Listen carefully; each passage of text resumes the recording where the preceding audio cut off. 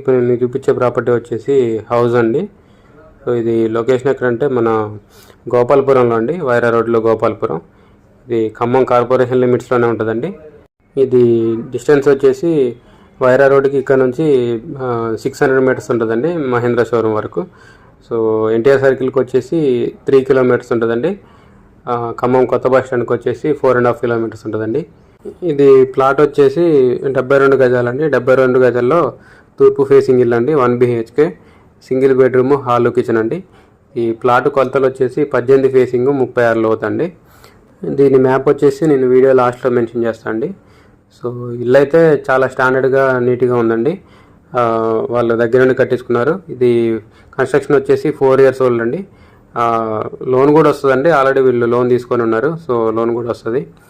ఇది రేట్ వచ్చేసి 30 lakhs చెప్తున్నారండి. ఈ మధ్య చాలామంది తక్కువ బడ్జెట్లో